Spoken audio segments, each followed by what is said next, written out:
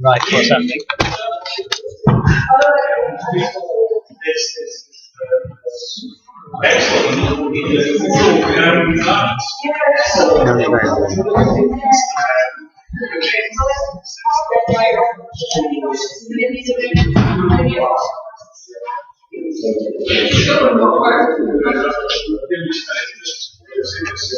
Apparently we're live.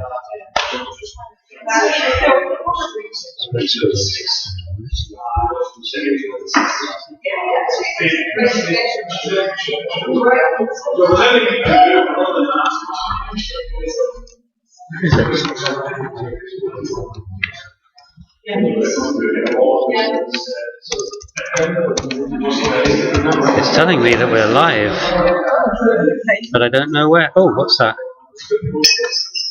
Oh, we are. Where's that? Like live?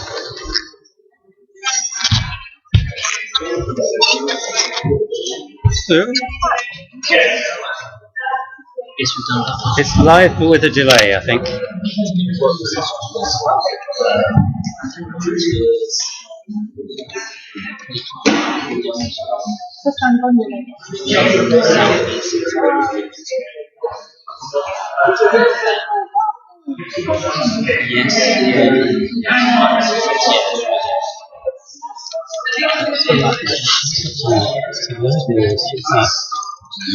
Yeah, we did it too.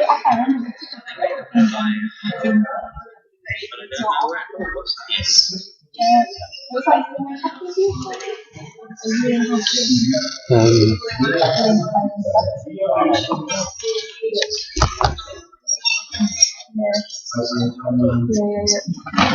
I remember I used to live in London. I remember I was there when it was like all that sort of packing stuff and but I don't know. Yeah. What are they saying now? Are they still like that? Or it's like, well, they're sort of still absolutely 100% against absolute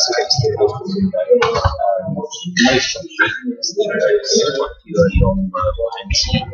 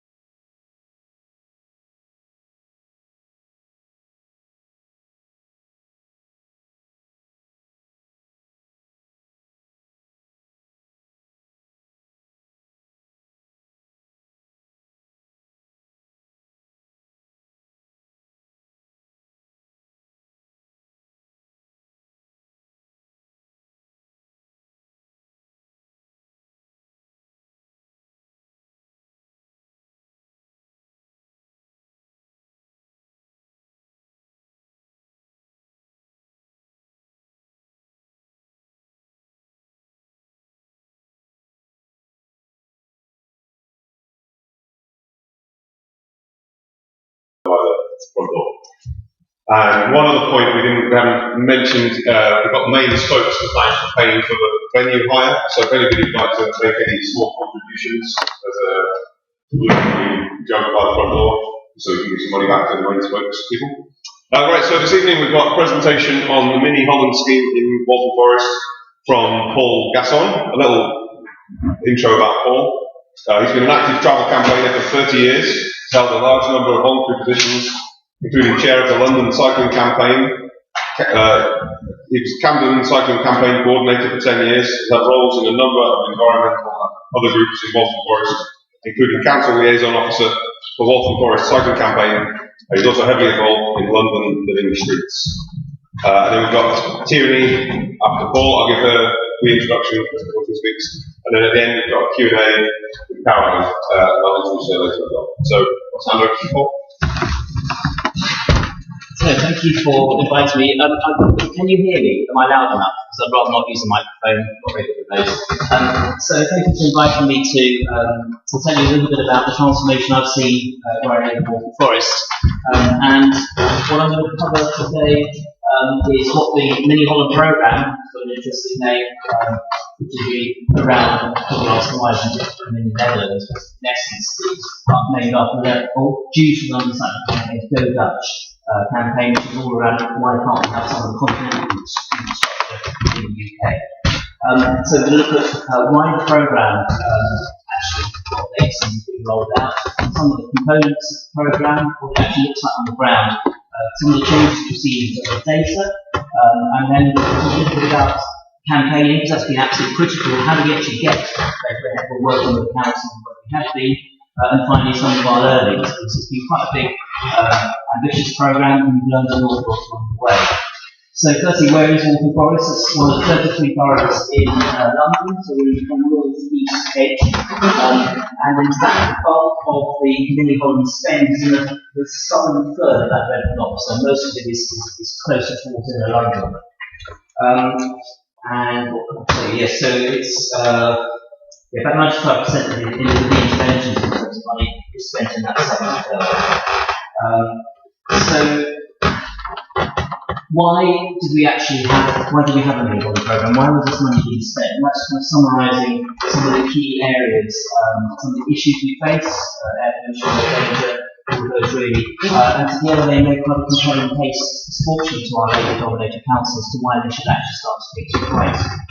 The intensive action rather than the business as usual approach which we've seen, which is classic across the UK in terms of highways, transportation schemes, people that just live around the edges of the junction, change the curb lines slightly, maybe really like this is ever crossing across a busy road, but really doing nothing to fundamentally change the problem we have, particularly excessive motor traffic, carbonization, and reducing that with it.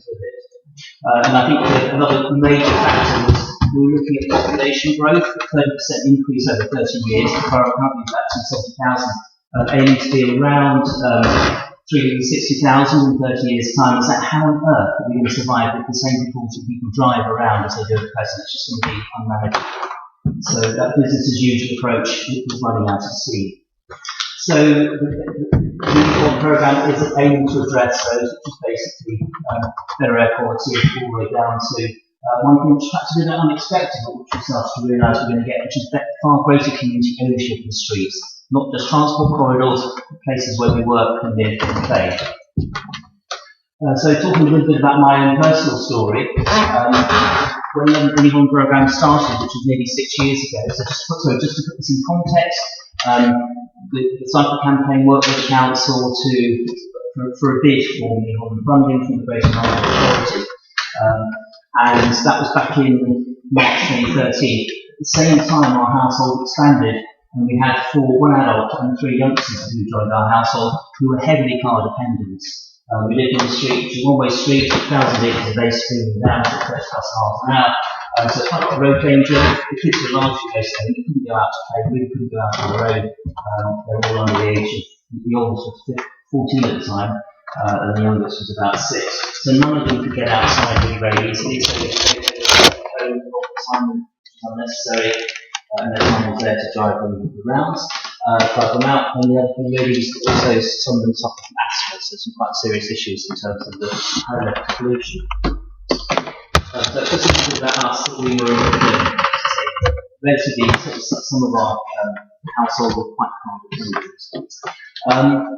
So on to the components of the new programmes, 4 strands which we'll go into in a moment. No traffic neighbourhoods, which I think has been the most ambitious programme, and in fact probably the cheapest part of the programme. So just to put this in context, we won £27 million funding from Transport for London, which was originally supposed to be spent in a 3-year period. So the money was awarded in March 2014, it was supposed to be spent by March 2017. Transport for London gave the council an extra 3 years to roll it out because the early stages were quite contentious. It's a lot of money to spend in a short space of time, and we're getting quite a lot of backlash. On top of that 27 million, the council found another 18 million to bring the total to 45 million was spent. Quite a lot of money for a relatively small population. So 4 strands, low traffic neighbourhoods, a superhighway, active travel corridors, and active travel support. So this is the area which received what we call those mini Holland interventions. We've got a major transport hub in the middle there, Waltham so central. It's got bus services, very high frequency underground and 2 main rail lines running into central London. So very well served by public transport, and in a way one of the reasons why we could actually, I think, justify doing some quite major changes in terms of the road network, because we had good public transport, good alternatives to private cars. So what do low traffic neighbourhoods actually look like? We've got, in essence, we've got 3 core residential areas, which each fit into around 2. So we've got 6 residential areas of around half a square kilometre in size each, half 1 square kilometre. And those areas have been treated so that through motor traffic is taken out of the area, so you cannot drive from one side to the other. And that has been, as I said before, been quite transformational in terms of how it's changed our streets in terms of how they're used. And typically, the low traffic neighbourhood has a set of bollards, so a set of road closures, if you like, and we like to call them road filters, because road closures are very negative. Road filters are a bit more positive.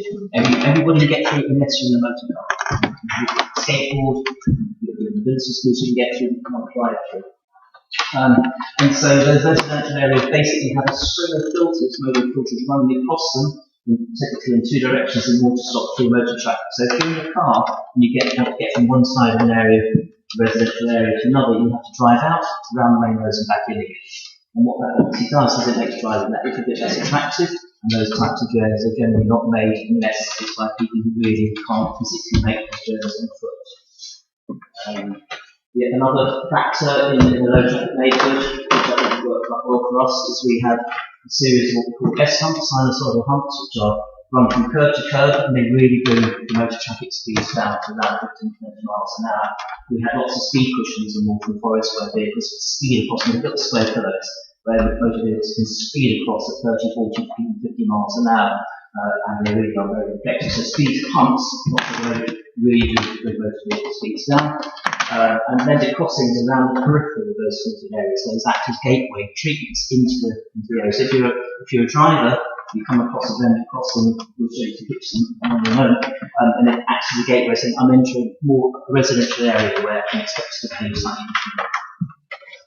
And also quite a lot of placemaking. So this is a filter in the heart of one of our villages, which has got a mixture of planting, cycle parking, park, and it's a place where people stand and chat and enjoy the local church, congregation, and go out and weddings and baptisms. So this is Orford Road before the low traffic neighbourhood. So this is our local shopping centre. It's quite car dominated.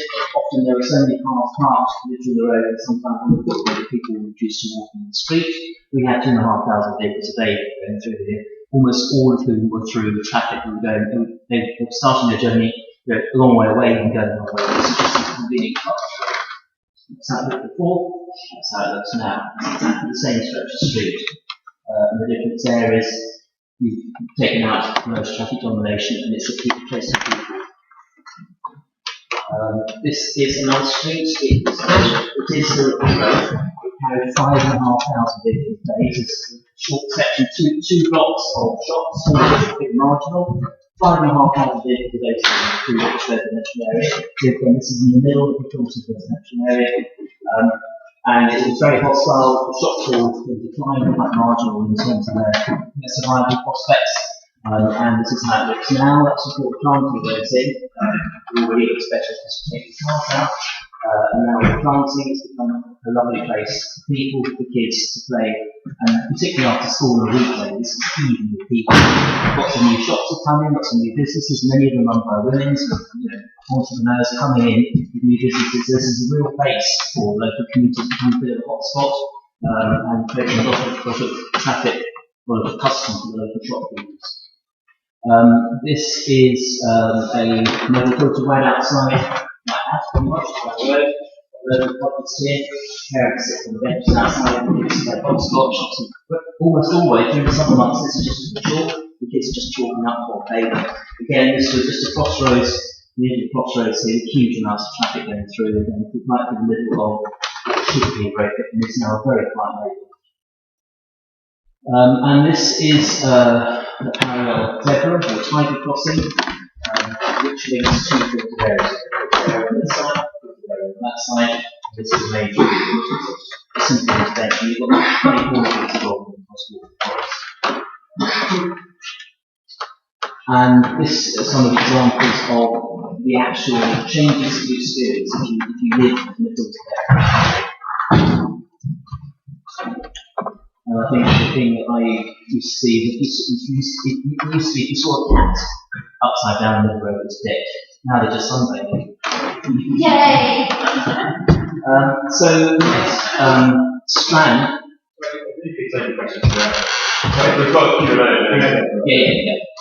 So the next Strand is the superhighway, a 4 kilometre long active travel corridor which runs pretty much from one end of the borough to the other, from one side of the borough to the other.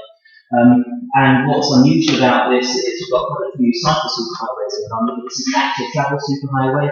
It's for walking, for cycling, and for public transport users. This used to be, again, very much in terms of road space allocation, very much dominated by traffic, by space for private motor traffic.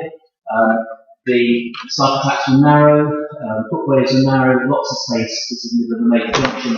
Lots of space allocated for cars, for wide turning surface, for HGVs to go around quickly. All sorts of stuff which nowadays the way we design our urban environments are trying not to do, because some of us do. But in the old days, it used to be best practice. It's pretty swept it enabled lots of motor traffic and encouraged it. So this is a junction that's been completely redesigned. It was finished about 3 months ago, so it's fairly recent. And what's kind of important about this is you've got the step cycle tracks here. So step tracks, for those who don't know, are where you've got the track raised up, separated out from the by colour. We've got a step track here, so typically 75 ups down there, and then a small ups down there, separating the track from the footway. And what's unusual about all the junctions on the superhighway, and some of the other ones that we're putting in, is that they are what we call green spandrel phrases, all green for pedestrians and cyclists. So all motor traffic stops, and you can go any direction if you're a pedestrian or a cycle across that junction. And that's relatively unusual in the UK. We've got transport quite nervous about that particular type of design.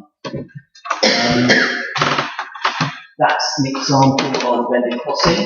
Not my favourite, but it's a good idea of how pedestrian priority across side roads, so still superhighways, is quite a nice design, I think, in terms of the use of the stone steps. So you've got a continuous footway, so it's a continuous footway running across the side road, and essentially reinforcing Highway Code Rule 170, which says if you're a driver and you're turning from side road, you must give way to pedestrians crossing. Don't know about Edinburgh, certainly in London, elsewhere, if you do that, you risk getting run over. So the pedestrian will hold back, will give the car priority. These really do work, they really do reinforce that sense of that priority for pedestrians, and also on the exit, coming out, an extra thing that we put in, which we're starting to see a lot of now, is give way marking. So motorists are obliged in law to give way to pedestrians, in this case, cyclists crossing as well. That's a rural section of superhighway, taken in Windsor. Again, this is showing that you've got different types of treatment. But in essence, the superhighway is a complete redesign of the whole carriageway from building frontage to building frontage. Everything's been ripped up and put down again from scratch. So the active travel corridors are mini versions, slightly cheaper versions of the superhighway, and they link our key town centres. So again, you've got the step cycle track and additional crossings. That has subsequently changed into a parallel tiger crossing. Quite high quality, and again, what's noticeable is a substantial reallocation of road space towards cycling and walking. This used to have printed lines on the road, and the footways out now as well, so pedestrians and cyclists gain considerably from that. And probably bus stop bypassing, which you're probably familiar with, is that some is that anyone not familiar? Bus stop bypass? How they work? Okay, that's good. But this first one went in about 5 years ago, so it was relatively new in London. And that's a good example, I think, of placemaking. So I haven't really talked about placemaking yet. The key part of the Millennium programme hasn't been just to say this is an active travel programme, not just for cyclists, just for people to walk, but also we're trying to make our streets nice to actually live in. And one of the big parts of it is being planting trees, planting wildflowers, planting spaces up so they can be much more appealing, much more attractive to a much wider proportion of the community who might well be, let's say, responding to a consultation that do you want to have these sorts of treatments in your streets. The strand, so we have the low traffic neighbourhoods, we've got the superhighway, we've got the active travel corridors. The last strand is what I call active travel support, which is largely focused on cycling. This is a 2-storey cycle parking hub. That one's got capacity of about 140, I think it is. But we've got 7 of these hubs, all right outside major stations in the forest. And what's, I think, interesting about them is they're bold in terms of their design. They are right next to the station entrance, as close as they can be. Because actually, when I started campaigning 30 years ago, went to the supermarket development. Right, can we have some cycle parking? Yes, and you get 2 stands at the far end of the car park behind the recycling bins. These are as physically close to the station entrance as they can be. Almost all of them are right next to the main entrance. So saying, actually, we want cyclists. We're not going to shove you down the back somewhere. We're actually going to make sure that you feel valued and the parking is in a place where you need it. That's the interior of the hubs. And another feature which I think has been quite important is, I think probably most of us in this room have grown up with cycling, probably had bikes as kids, and a little bit about how to fix punctures. But what's been really key for the programme is actually recognising the high proportion of our pretty ethnically diverse population has had no experience of cycling at all, ever, never rode bikes as kids. They know nothing about bicycles at all. So lots of free cycle training, lots of free cycle maintenance, unlimited cycle training, as much as you want, one-on-one tuition. And a pool of about 170 community bikes which you can have for free for up to a year. So that allows people to try out a bike, see what it's like before they actually go to the expense of actually buying them. Also, cargo bikes are really helpful for people who are trying to set up small businesses in terms of, could I go on the van if I use a cargo bike for my relatively small roads that I'm transporting around? Can I get my kids to primary school with a cargo bike? What's that experience like? So again, free cargo bike, hire a typical family for 2 or 3 weeks just to see what that's like. Does that work for my family? How's it going to pan out? Do the kids like it? Those are important. And quite a lot of events as well. That one to the Waltham Forest 2 years ago attracted 1,000 people on one day. So this is just a list of some of the things that we've had installed as part of the Mini-Hall programme. So filtered areas, 51 road authorities, so lots of road lines, parks, all sorts of stuff. 2 kilometres of step cycle track. It's a quite substantial change to the physical topography. 340 cycle handlers. Do you have cycle handlers in there? You probably do. Almost. The Mini-Hall programme said the bid was we're going to put in 90. I think it's kind of symptomatic of the council, their aspiration that they've actually gone and put in so many, way, way above what they forecast because the demand has been so high and so popular for residents. Top of hanger. It's the size. It's a bit smaller than a typical family saloon car. It's a kind of a half. It's like a Actually, we had one previous. it's like a bread bin. Yeah, that's what. But you still sits like it's basically sits in the back with like this, not like that. And you might come across one of them on the picture there. So what's changed in terms of data? With only half the scheme built 2 years ago, so we started longitudinal study designed by a whole series of residents, and we're finding that already only half the infrastructure fields are getting 30 minutes of walking, but on average there's all 9 minutes on site. And that's with only half the scheme there. That's very, very early findings. Due to air quality improvements, not all entirely vision helps our youngsters to live considerably longer just from the improvements we made in the last 5 years. And in Waltham Village, we saw a reduction within the village area of 10,000 vehicles. That's not just the area that was close to traffic, most traffic, it was also the surrounding roads around it. So it wasn't just a drop, we had a 50% drop within the residential area, but if you include the bounding main roads that the through traffic was then pushed onto, we saw it in total across our whole area 10,000 vehicle drop per day. So the term that we use is traffic evacuation. Traffic has gone elsewhere. People are not making their journeys anymore. So how did we get there in terms of this is our local village square? Again, this used to be a one-way street. Very busy rat run, and the street was closed, and our tiny village square was extended across as part of that road closure. So how do we get from there as a campaign, as a community that wanted this kind of treatment through to from this basically, which was our town hall when the plans were first announced and the council started to engage. We had a lot of quite angry residents who really were pretty upset with proposals, and that was outside the town hall and more waving banners. It was quite an interesting experience when the town hall accepted that. And this is when we officially opened up the road to search. This is the death of our village. We actually had a coffin protest. People who said this was the end of the village.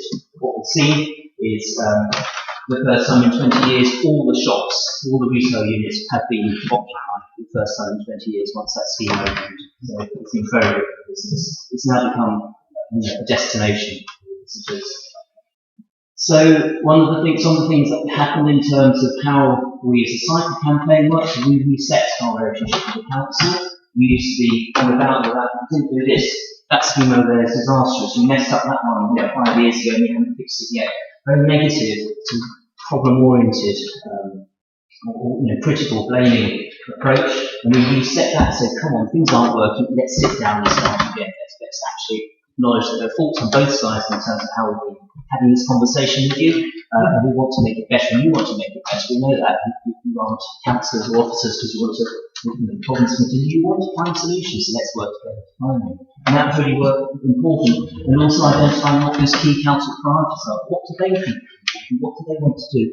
How can we help them along that path? And so we move much more towards very forward-looking, constructive engagement style, which I think has had huge benefits. And we also work quite closely with local communities. So very early on, we made the decision as a cycle campaign that we were not going to be publicly that visible. We deal with officers behind the scenes on technicalities, but in terms of actually trying to gain community support, we worked with local community to create a much wider support group, which is all about local residents. Some things like many of them did it. And that's really where the power behind the campaign started, when we were no longer just cyclists, we were actually some of the people who lived in the area. And so we looked at our natural support base, which typically primary school parents, great supporters of these kind of schemes because of their concerns around whether they registration for their kids. And also I think we worked quite hard to create a vision of what it was we wanted, what we thought the scheme would deliver, and we sold it to some of our local, our friends, our neighbours, people in the community started to get actually this was potentially transformational. I think also we were careful about our use of language. For example, we didn't talk about road closures, we talked about mobile filters. And simple things like that. people on bikes and not cyclists, all sorts of different little changes that you can make in order to kind of help people jump out at immediate kind of framing of something as being quite challenging.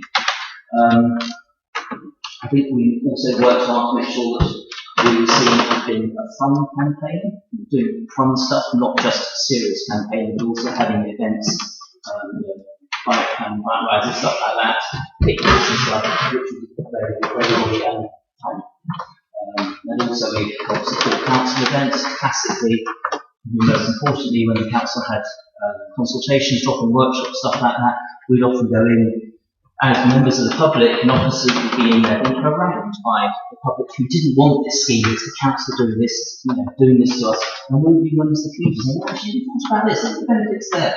We weren't the council, we were just members of the public, and the way we could engage with the public was very different from that of you actually officially a council officer, because you're quite limited in what you can say, and you're probably seen by many as part of the problem as well.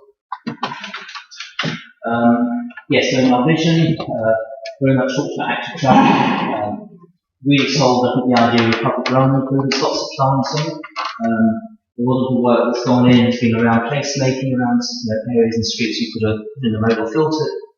You take out cars, put space to do something else, like plants. And a lot of it is around encouraging local communities to actually get involved in maintaining that kind of business.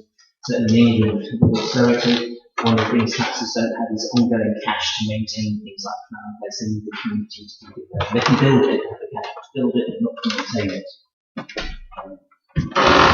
And I think a really important component which has been developed as we rolled out in Holland was Transport for London, the Lucy Saunders Healthy Streets Indicators, really important practices so you can start to work out how do I make the street a nicer place for people, better place for people. And I think that's really quite an important step in terms of thinking about how to improve the street and make it fit for people.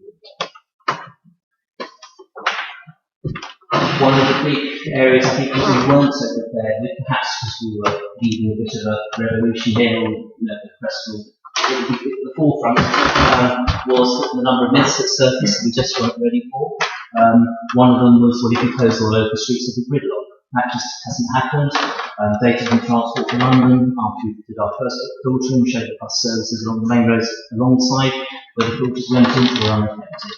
So a lot of impact in some areas. Traffic volumes on the main roads have dropped. One set of filter went in, we saw a substantial drop of around 1,000 vehicles a day in traffic volume. So we didn't get gridlock. It's a very easy thing for people to think we'll get, because of course, if you close all the surrounding residential areas, of course, all the traffic will have to go on the main roads, of course it will gridlock. You can understand why people would believe that, but started going back to 1970, we told us actually you get traffic evaporation, it's only so long people prepare to sit in a queue. It's not actually going on. Local shops, I've already said, that's a very popular one. Decimate our local economy hasn't really improved. Both of those two streets, which we've had to love, have really seen a huge increase in footfall. My house burned down, that's the fire and not reach it. Well, actually, every single property in Waltham Forest which has been filtered is reachable by the fire brigade. You can get there through other routes, even if your street has got filter on it, you can go and drive around. And actually, fire engines are built like tanks. If they really need to drive across the border, they can. They're really strongly built.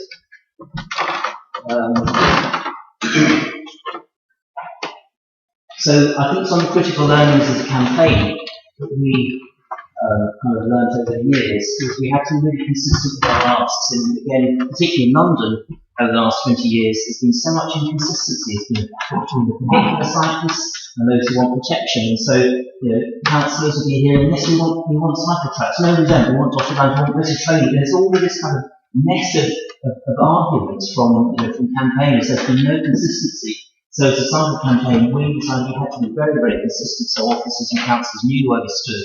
And so our key principles were, if you build something, it needs to be fit for an unaccompanied 8 to 80-year-old. And I think that's a really strong principle to have. And time again, when officers come up with a scheme which doesn't quite tick the box, we say, would you put your 8-year-old on it? And it's actually, well, no, I wouldn't. And you get an honest response there because you're putting them in a situation, well, would I do that? No, I wouldn't. So actually, you need to go back and redesign it. In terms of cycle tracks, particularly tracks Continuous protection is really, really key. Thank you. So it's not okay just to stop when it gets difficult and just go into dotted lines painting the road. That's not right. You have to have that continuous physical protection. Another principle is reallocating road space through cars, not from pedestrians. Okay, I think I'll skip through this. Actually, I know I will just mention that because I think this is really important. Area-wide filtering really delivers expected benefits, which is less motor vehicle volume, lower motor vehicle volumes, a lot less. My street, for example, has gone from 1,000 vehicles a day down to about 60. Now that's one of the best examples we've had. But my street now, people walk in, it's a matter of course, not because there's no room in the pavements, it's because it's just so comfortable and safe. So when it goes down, speed drops because you've got sinusoidal pumps in, and you're no longer having that runners who don't live in the area driving through as fast as they can. Professional delivery drivers, so speed delivery down, go through the humps, and because the nature of people in there are. But the thing I hadn't anticipated is driver behaviour. And if I'm running through somebody else's area in the car, down the back streets, I'm probably just thinking about getting to my destination quickly. I'm not thinking about kids or road safety or whatever. What we've seen, I think, with Radical is as a cyclist, I used to get 3 or 4 near misses post classes a week in my local area. Now I get 1 a month. Now, if I'm thinking of riding a bike and I have 3 or 4 in a week, no way goes that. Most of us wouldn't go down that route. We wouldn't ride a bike. But think about taking up cycling. If it's one a month and it's probably a fairly low speed one, that's manageable for most of us. So that makes a huge difference in terms of uptake of cycling. I think you see it. And I think there's also a very fundamental social justice issue, which is actually the vast majority of people on low income disadvantaged communities, they don't drive, most of them don't drive. And actually they get all the downsides of the pollution, road rage and everything else. So, yeah, I think the main thing is what's really important actually I think is data is really important, but there are some people who just won't hear the data, they won't listen to it. You know, for them facts it's made up. I can't trust that data. Data's been made up to suit what you tell us. And so it's really important to mix data, which will appeal to some people, with stories, which will appeal to others. And I think a good story is really, really key.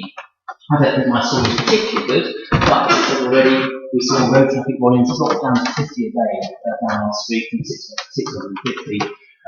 Almost all of our journeys, we hired a car last week to get our stepson back from uni. That's the first time we've used a car in over a year. So almost all of our journeys, we haven't got a car anymore. So we have very much successfully made the transition to active travel and weaned ourselves off car dependency. My last key really is we have, as we know, a major issue in terms of climate. And I strongly believe that particularly low traffic neighbourhoods and reallocation of road space, really getting people out of their cars, getting more walking, more cycling, more public transport is actually a key part of the solution, one of the key solutions we need in order to tackle climate change. Thank you.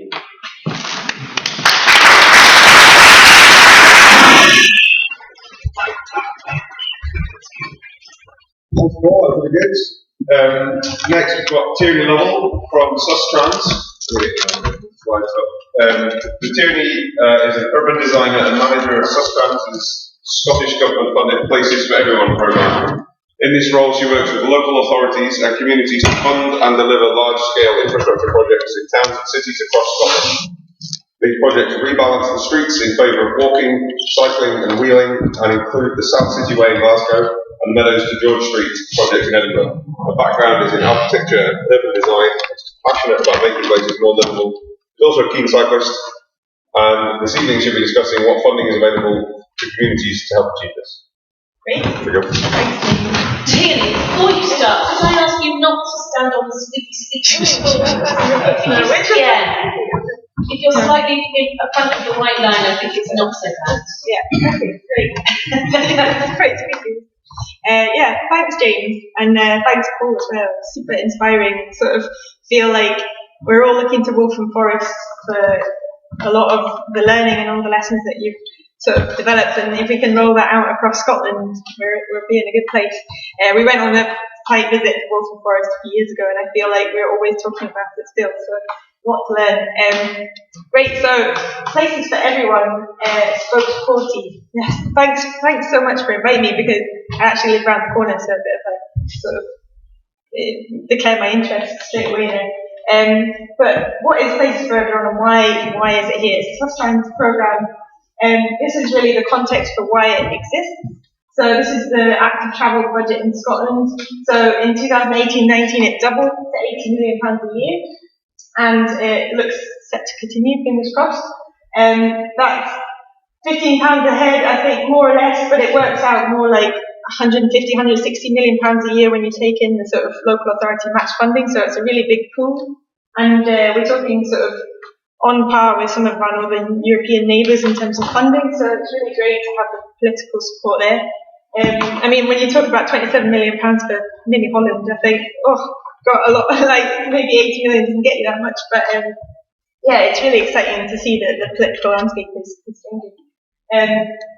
And I guess not just political support, but public support is also, contrary to what social media may say or what coffin parades may say. There was a recent Sustrans survey in Edinburgh that said 78% of people want more protected roadside cycle lanes, even if this means less space for other road traffic. So it is actually in the sort of public wants and public needs, and a lot of people are sort of aware of the benefits.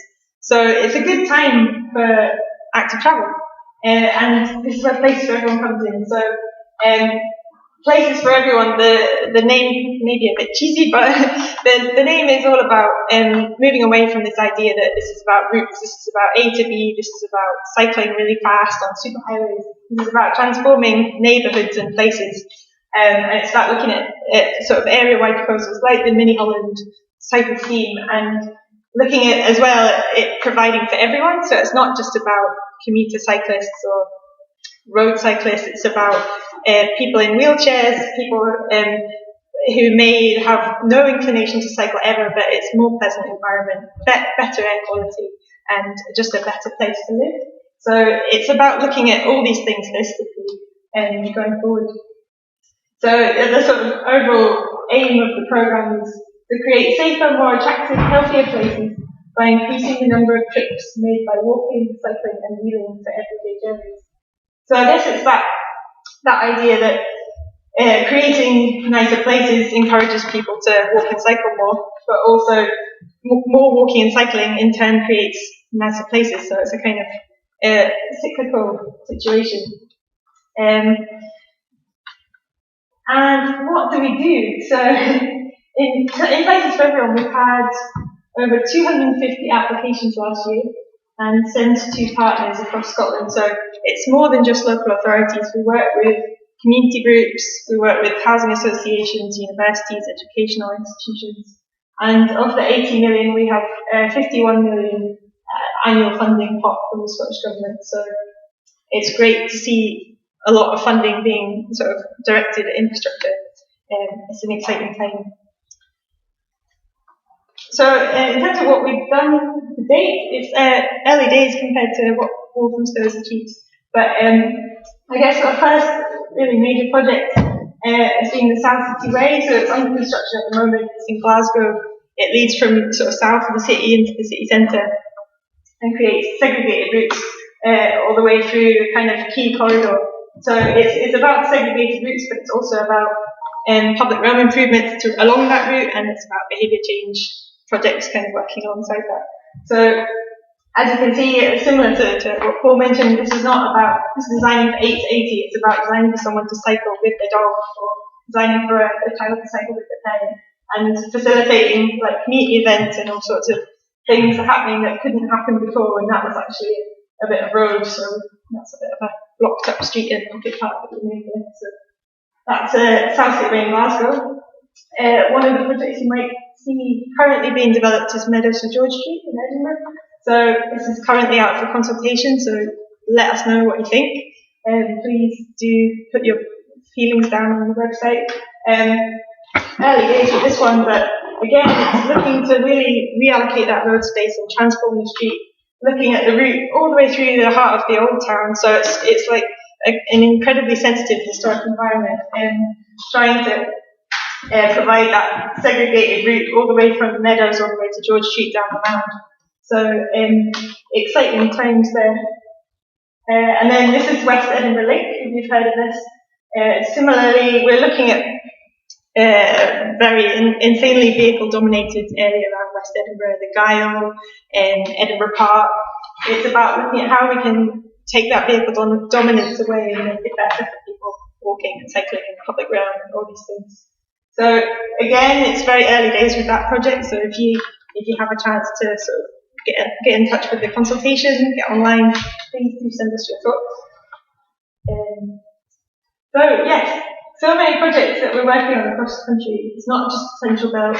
We've got up here on the left in Inverness, a project currently sort of early days in the pipeline, but this is a segregated major transformation into the city centre in Inverness, looking at sort of tree planting and all sorts of public realm improvements to go with that. And then we've got projects like Connecting Woodside, so that's very much inspired by Walthamstow. It's an area-wide proposal. It's about looking at this kind of filtering and very small-scale public realm improvements, as well as some segregated routes. So it's very much taking an area-based approach to community. And then it's not just city centres as well. We have rural projects and sort of projects like walking and cycling bridges. So there's all sorts of different things that we work on. So I'm hoping to give everyone in the room a wee bit of a flavour of the types of things that we can fund and maybe the types of things that you might be interested in bidding for funding for. So yeah, it's not just about infrastructure though. Most importantly, all these projects don't mean anything without community sort of buy-in and community support and communities working alongside them to get developed.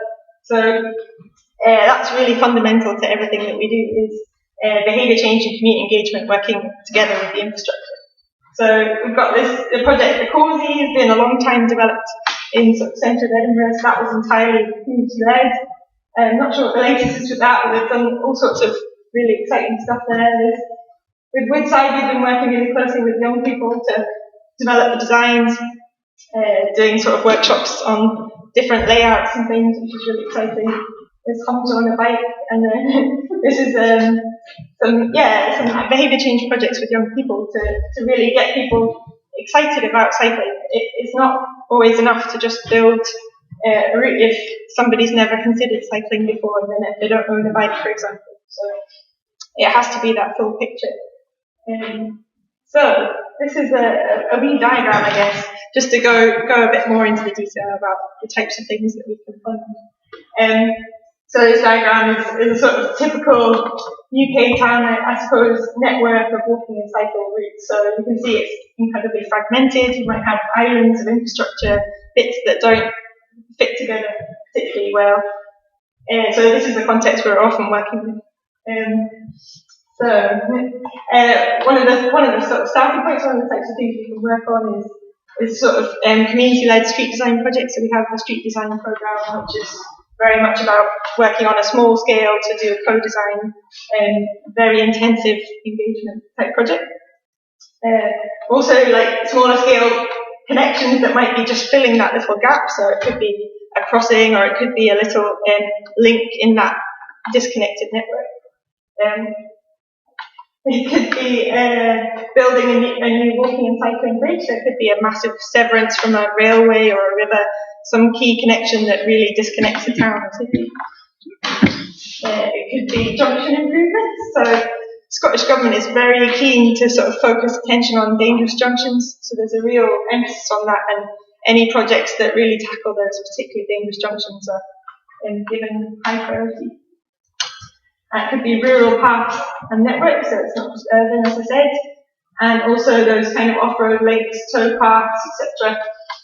Things like the Ancient Railway all have a part to play. I think all these little pieces of the jigsaw, I guess, also combine with these bold strategic links on key routes. So it's that sort of veins and arteries idea. It's the whole picture. It's all the different scales coming together. So we can fund also those kind of main segregated routes that we've seen pictures of, the South City Way type thing. But it's about them all working together. And it's also about those area-wide improvements. So looking at the whole area holistically and public realm upgrades is part of that. So Yeah, I think what I'm saying is, in terms of places for everyone, we can fund all sorts of different types of projects, and different areas suit different types of projects, and all of them together, all the different scales combined with what really needs to take place to transform an area. It's not one size fits all, it's not one solution to fix it. And I think that's what really has worked well in Waltham Forest, all these different types of solutions, part of the same project. So hopefully some ideas spurring in the audience for a project. So, yeah, just who do we fund? I think who do we fund? So that's the exciting bit. Perhaps everyone's aware that we work with local authorities, but we also can fund directly to constituted community groups, housing associations and other groups. So we work increasingly with very bottom-up projects that come directly from the community, which is really exciting because they know their streets better than anybody. And yeah, it's a really direct link into that sort of community engagement and working closely with the local authority, but you've got a really deep-rooted sort of energised community. It's really exciting. And what money is available? Perhaps the exciting bit is perhaps the main thing for a community group is first up we can 100% grant fund design and feasibility work. So basically, to get projects off the ground, we can provide 100% funding to get that started, to get the ideas rolling. Sometimes that's to pay consultant or to pay staff time or to pay local authority staff time, just to get things off the ground, because that's often the tricky thing, is to get buy-in for a project when it doesn't exist yet. So that's really key. And then once that project maybe has a bit of momentum behind it, it can be easier then to get construction funding. So when you go into construction, you need 50% to match against your construction pot. So basically we can fund 50% and you'll need to find the other 50% elsewhere. Often that comes from a local authority pot. It could come from developer contributions, all sorts of other things that local authorities can find. And then critically, that dangerous junctions that the Scottish Government is so keen to sort of promote tackling, we can provide 70% funding for that. So a bit of number crunching here, apologies, but basically there's a lot of funding available and a lot of support to sort of get that funding. Some other things that are kind of encouraged as well, so walking only projects are also supported. Routes to school are particularly encouraged, and that it is very supported that if the funds are spent towards local authority staff, because we all know how sort of stretched local authority teams are. That can be one of the major barriers in delivering these types of things. So I guess summary so far, I've run through like why we're here, what the reason for Places for Everyone, and the types of projects that we do, and the types of projects that we can fund. But what is the quality that we're looking for, and what can we fund? So I guess the sort of political ambition and the amount of like support for these types of projects growing is really putting us in a good position to sort of much more strongly assert best practice and strong principles. So it's a really good position for us to be in, to make sure that all projects that we work on are as good as it can be. So first up, most importantly, all projects must be done in partnership with communities. So that's a no-brainer really, in terms of there needs to be that community buy-in and community support all the way through in order for the project to kind of have that longevity and impact. Projects also, we've talked about the 8 to 80, similar idea, we've used the proxy of an unaccompanied 12-year-olds, but basically the idea it has to provide for everyone. It's not just about some everyday commuter cyclists. It is about children, buggies, wheelchairs. It's about cargo bikes. It's about everybody who isn't in a private car particularly and needs to get about. It's also about providing journeys that everybody needs. So it's kind of taking that narrative beyond this is a cycling project to this is mobility. This is thinking about our campus. So yes, this is the place aspect. So this isn't just about movement, as I mentioned. It's about a sense of place and placemaking and improving green infrastructure, looking at sustainable drainage. It's about all sorts of other benefits that can come with these projects. So Solihull Street has invested a lot of money in putting very mature trees, so that's really exciting. But it doesn't always need to cost a lot of money. If you look at something like Paris in Paris, where they close the road along the Seine, very sort of cheaply done project, if you like, but a lot of consideration for the use of that space and the incredibly successful sort of vibrant place to be, with really like interesting things happening all the way along. But yeah, that's really important, because if a place is pleasant and nice to be around, you're more likely to want to walk and cycle. If it's just utilitarian, then it's not going to get everybody on the bikes or walking. Ensure access for all and equality of opportunity. So this goes without saying, but all projects need to provide for everyone. I think there has been times in the past when things haven't been as good as they could be for all different groups, and we really need to keep learning and keep moving forward and keep speaking to as many different people and different voices as we can to make sure that projects are as inclusive and accessible to all. So, and then, very critically, all projects have to be context specific and evidence. So, this isn't about getting a manual and rolling out exactly what it says in the manual. It's about looking at what suits that site and what is the most appropriate solution for that community. And then finally, I think we touched on it already, but the most important thing really is that reallocation of road space. So projects need to reallocate road space to prioritise walking, cycling, moving over private motor vehicles. So, for example, South City, where you can see here that the width of that road originally, it was really quite unpleasant and a hostile environment to be in. So we've really narrowed the carriageway, and it's slowed down the traffic and all sorts. So yeah, it's that filtering of permeability, it's discouraging driving, making it easier to walk and cycle. I think much more likely to encourage people to take the easiest option, so that real allocation of those spaces is key. And yeah, so wrapping up a wee bit, but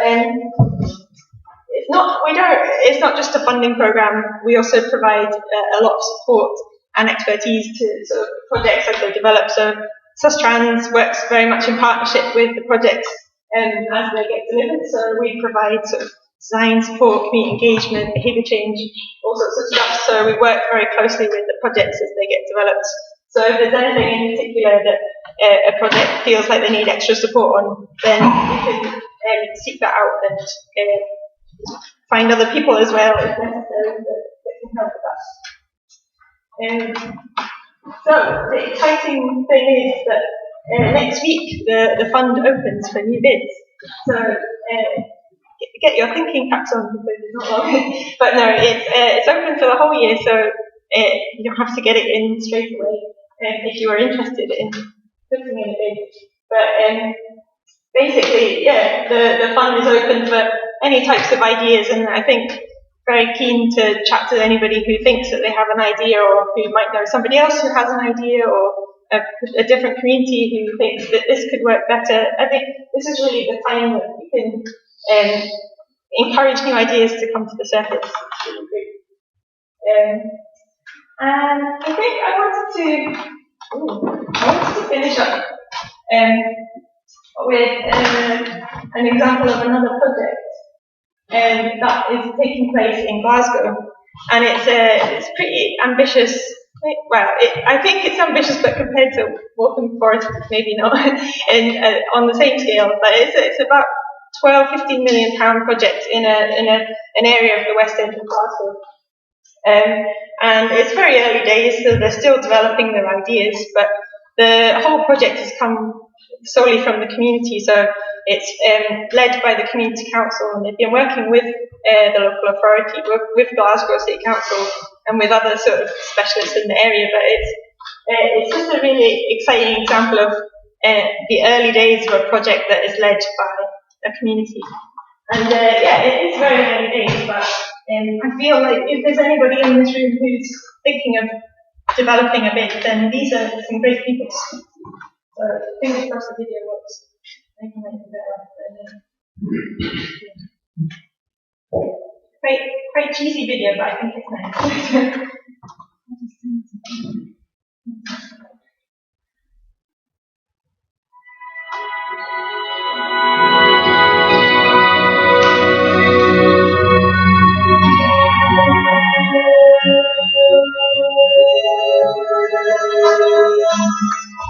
project is a community-led project by local volunteers who want to make the infrastructure and streetscape better for everybody in the local community. For us as an city in this area, we've got some really wonderful local facilities. Traffic calming measures and more pedestrian crossings would just make it so much safer for us to get to and from these facilities of the children. Well, I think this project may benefit a lot of people, especially the people who do not have strong physical skills in cycling, and also the people who have special requirements, have special needs for using the road. This project is very important. Jess, have you seen the plans for the new cycle village?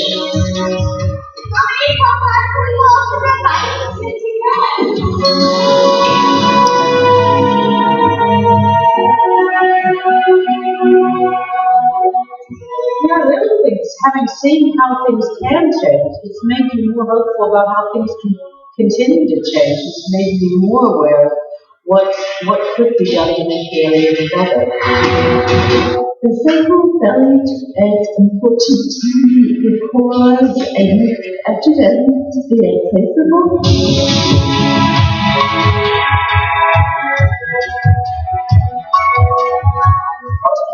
Designed to be a cycle-friendly city, the grid system doesn't lend itself to long stretches of road without any interruptions or vehicles to go on.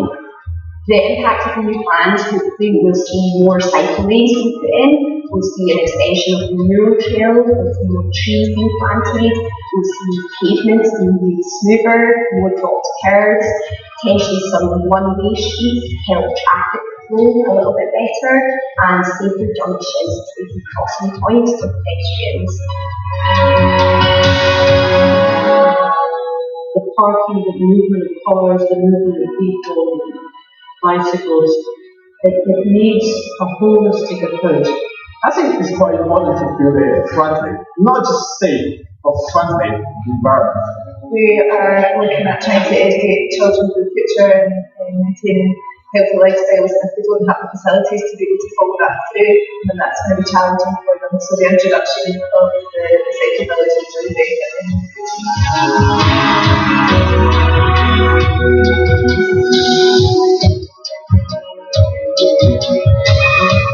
It is about making it just overall a better environment, a better place to live.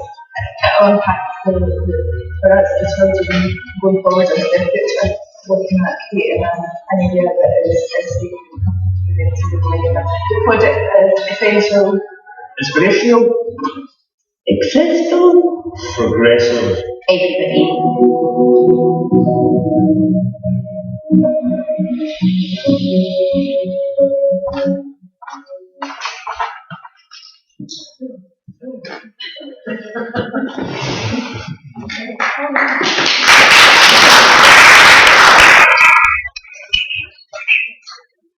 I might have turned it off to think sorry.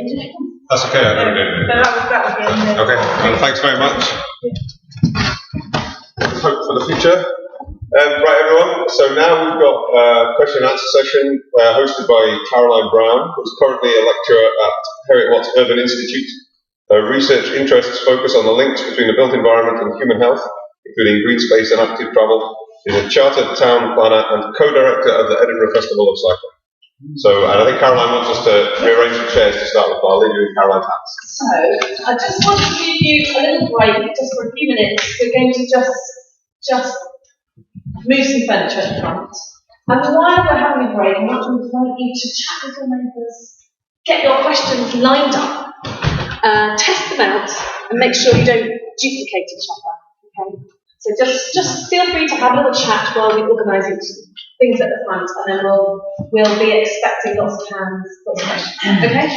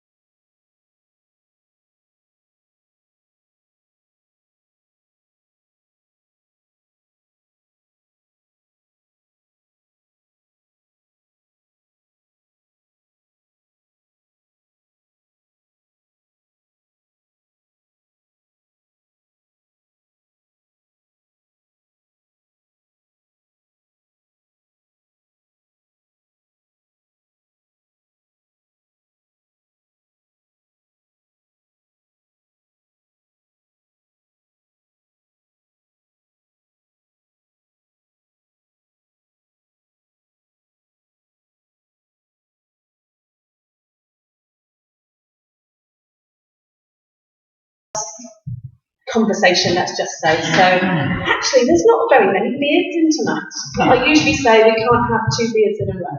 So I will be looking for, we've had one beardy question, we'll be looking for somebody without a beard for the next one, white or whatever. Okay? So I'm going to perch on the end. Hands up. Who's got a question? The lady at the back. Very good. I wondered if you had walked around Portobello and anything that struck you about it in terms of what you've done, specifically Portobello.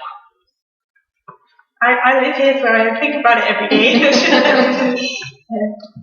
I'm actually fairly familiar with Portobello, and I think what struck me on the bus here actually was just how busy a high street is. Busy with motor traffic. It's so dominated, and it wouldn't take much to tackle that. Actually, I mean, it obviously take a bit of community organising, campaigning, but in terms of physical measures, it's very easy to do.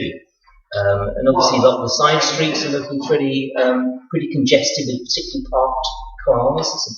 Your roads seem to have majority of space is reserved for parked cars, not anything moving, whether it's people or vehicles. Do you want to add something, Tierney, as a resident? I would say exactly the high street is. I feel like the air pollution on the high street is quite unacceptable sometimes. Also, the junction up at the top at sort of Harry Lauder Road and the High Street and London Road coming in is particularly nasty, and I think London Road itself is not very pleasant. I mean, reaching out a bit beyond, but I feel what you say about the sort of congestion on the side street. A great first question. Can I ask you to just introduce yourself as well? I'm so sorry. I am James' sister, Fran. No, women are allowed to not be associated. I'm absolutely. What's your name, James' sister? Sorry. What's your name, James? Zana. And what's your feeling? What do you think needs improved? Well, I can't stand cars, and I cycle everywhere, and I will love that Portobello gets rid of all its cars and it's all pedestrianised. Now, I do have these big dreams, and they don't always come true, but the more we can do, the better. I mean, my thing is that, you go down these roads, there are all these parked cars, and why have they all got cars? And I don't know how, like, for example, residence parking, how that would work, because, Portobello businesses need people to come. So, we've got to... Okay, hold that for a second. You're going to move on. Sorry, what's your name? You're right, Martin. Yes. The gentleman in the red and black snazzy jacket there. My name is Malcolm. Just continuing on from that, I've said that one of the biggest problems with cycling around Edinburgh is that even main roads are just too clogged up with parked cars. And so the question is, and that seems the most obvious big reform that can be made. But how do you get? What do you do with the parked cars that are being displaced? Because there's quite a lot of them, and that must have been an issue in Waltham Forest, which I think must be the key to moving forward in Edinburgh. I suppose the first thing to say is the high dose area with most interventions. We have a car ownership level of around 50% of households don't have access to a car. So the 50% of the households that do have access to a car, normally it'll be only one person, possibly two people in that household, maybe typically 4 or 5 people in the household who actually have the ability to drive a car. So already, even with 50% access, you've actually only got, you've got only 25% of people who can actually use a car themselves to get around. That's the first thing. So secondly, parking stress in terms of the area we live in is reasonably high, not that high for London, but certainly fairly high. And what we're doing really, the whole thing is around actually making it less attractive to drive. So what we're seeing, particularly from younger families who move, is I don't really need a car. We've got public transport. It's too much hassle. It costs me an arm and a leg. I can use the money I'm saving in a car for lots of much better things for the family. We've got 4 car clubs, and so the aim really is to reduce the amount of vehicles parked on the highway, because actually people don't need them anymore. They don't value cars, and that's the long-term strategy: is nibbling away at that road space in order to lengthen the double yellow lines around junctions, to make them easier to cross, reallocating bits of parking space to cycle hangers. You name all sorts of strategies are in place, increasing the cost of parking as well. all sorts of different things in Yeah, order to they're all reduce. long term, but the actual first shock proposal that we're going to clear this street of parked cars, and currently it's jammed with parked cars from one end to the other. How do you overcome that first shock? I think you have to have. All those cars have to move somewhere else. You have to have controlled parking. You have to have people actually paying to park their vehicles on the public highway. This is currently space which is all for all of us, and yet people who own cars, certainly I think in Portobello, can do so for free. Now, is that just? No. Is that social justice? No, it's not. It's public space that's being used for storage of a motor vehicle. And actually in Waltham Forest, your average car is sitting out the curbside for 95% of its time. It's not really being used very much. It's just sitting there, doing nothing, taking up valuable space. They're planting, you could have cycle tracks, you name it, but having a parked car, what a waste of space. Yeah, no, that's where do those cars go? Okay, Tierney, did you want to add something on parking? Experience from other places. I guess I had an interesting example once that I heard about in Germany where they basically, I mean, this is a longer term solution potentially what you're after, but they were looking at a solution. Basically, when people bought a house, they had to pay extra for a car parking space. So it's like, oh, it's an extra 20 grand if you want it with a parking space or not. And people were saying, oh, actually, I don't want to spend, that's a huge amount extra on top of the cost of this house. I'm not going to pay it.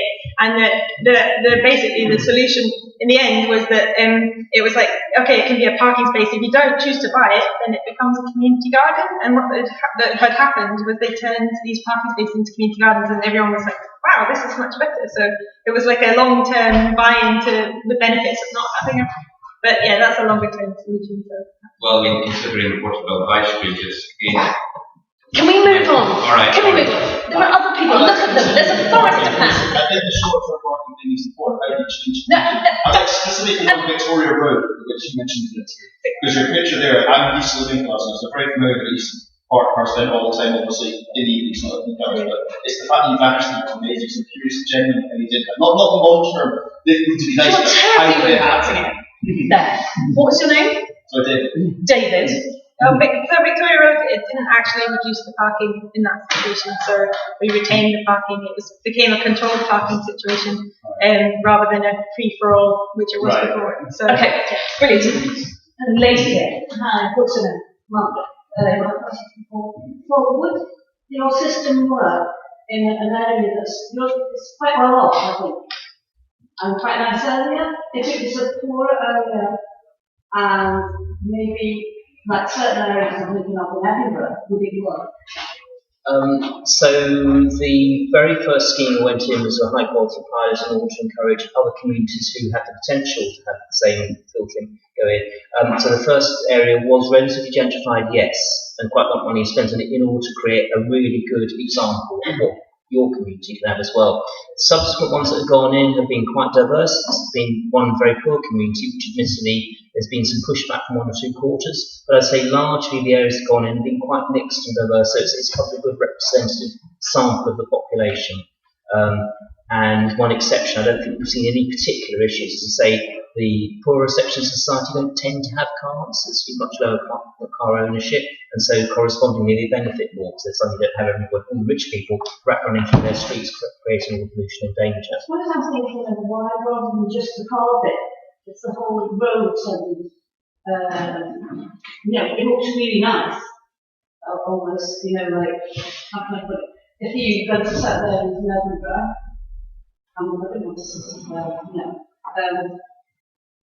would it work because that looked really attractive, and then you have some people around there? Are you worrying that there might be resistance is sort of like more resistance than you might have had somewhere? What vandalism? People pulling up plants, breaking trees. Is that what you're getting at? I think so. So it's quite interesting in that sense. In the Victoria Road in Glasgow was one of the poorest in the Scottish Index of Multiple Deprivation, and we put this cycle project in, and everyone said at the beginning, oh, it's not going to work, this community's not going to buy into it, it's for the trendy people over there, it's not for this community. But actually, it's amazing when you go there and you see kids using the infrastructure and like playing in the streets that they weren't cyclists before, and there's been a big bike library project to get people like who didn't own bikes before to get them to own bikes. So I feel like it can work really successfully in poor areas, and the sort of transport minister who at the moment his real drive is for tackling inequality, and so that's very much at the forefront of where he wants the money to be spent. So it's important that we make sure that that's. Can I just add in one thing, which is what we noticed in Waltham Forest, is if you make the street nicer, people actually live in it. They get outside, they have conversations, there's more oversight, less vandalism, because actually there are more people around to see. If there are people bombing down in a car, you don't have the same level of connection with what's going on outside your vehicle. So I think we see a lot more community care. We have people out there planting some of the community plants. A lot more happens out in the street. Parents are kind of keeping an eye out, and the kids are playing football, whatever. It changes things radically. Brilliant question, thank you. Let's move on. Gentleman here at the front. Yeah, thanks. John, I'm a resident of Portobello, living in Bath Street. Question for you, Paul. You obviously were successful in securing a reasonably substantial sum of money to do the work that you did. And the work that you did comprises quite a range of specific issues, from cycle lanes to bike storage to green infrastructure. My question is, to what extent were you required to be able to quantify the benefits of doing that in order to secure the funding that you got? And how much was that broken down across each of the individual interventions, if you like, that you did? And is it therefore possible to actually rate the success of each specific individual intervention, or is it more about the big overall holistic picture and you've got to do it all at once for it to work as one? That's a really good question. I could talk for an hour on that. In essence, though, I won't. It's okay. In essence, though, what the council didn't have was particularly good baseline data. They had some patchy traffic counts, really, around air pollution, really, and that's one of the early things we went into the project saying, what are you going to measure? And they had lots of ideas, but they actually measured very little baseline. So we have little empirical data on which to base the kind of, in terms of working out things were successful. The other thing was the way the funding was structured, which is quite unusual, was we had the bid document which said, we're going to do this. TfL funded it, said we're only going to give you the money if you do what you said in the bid document. Pretty much, if you bottle out of any of these things, then we won't fund it. And that actually made that change. That's a massive game changer, because the council signed up, and I think a lot of people in the council haven't fully appreciated just how big, how they were reshaping the borough and the extent to which they would get quite a lot of backlash. Having signed up for the bid, they were then facing, we've said yes, we're now saying no, we lose the funding. So really, in a way, they were caught, and that was why they delivered it. Quite frankly, if TfL had been to go and say, actually, we want to water this down, we don't want to piss off too many motorists, so we'll let them run through these streets after all, they may well have done that in some instances. So, yeah, but it's a great question. I'm sorry I can't answer it more effectively. I'm just wondering if Tierney wants to add anything on that in relation to the funding that's available from Sustrans. What sort of evidence base needs to be provided? To be successful, all projects need to have a monitoring plan, so you do have to have that kind of plan to have the baseline and the after of the data of what you're doing. I don't know in terms much more to say in terms of the details of what particular interventions. It has to meet the criteria sort of set out there, and we're really looking for projects that demonstrate that they have the ability to meet those criteria. So it could be anything. Okay, lovely. James, yeah. Well, Tierney, I guess, in the funding thing, so spoke to Paul, we're thinking about setting up a STIO, so then we could apply for funding to then appoint some design company to do an appraisal of whatever we feel we need appraised.